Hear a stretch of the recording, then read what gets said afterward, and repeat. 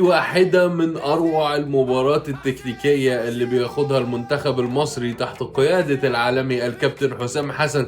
بنقدر إن احنا نحقق تعادل، ولكن خلوني اسمحوا لي أقول إنه التعادل بطعم الخسارة مع منتخب بلجيكا، لأن من وجهة نظري تكتيكيا وعلى أرض الملعب كنا احنا كمصريين ومنتخب مصر هو الأخطر والأفضل في معظم أوقات المباراة. حتى الفرص الصريحة على المرمى والأون تارجت كنا احنا اخطر. فبصراحة شابوه لكل اللعيبة، رجالة رجالة رجالة، ادينا باداء رهيب واداء عالمي. فخور بكل لاعب من اللاعبين، ولكن يمكن اللعيب واقل واحد في اللعيبة اللي ما كانش في الفورمة النهاردة هو كان عمر مرموش.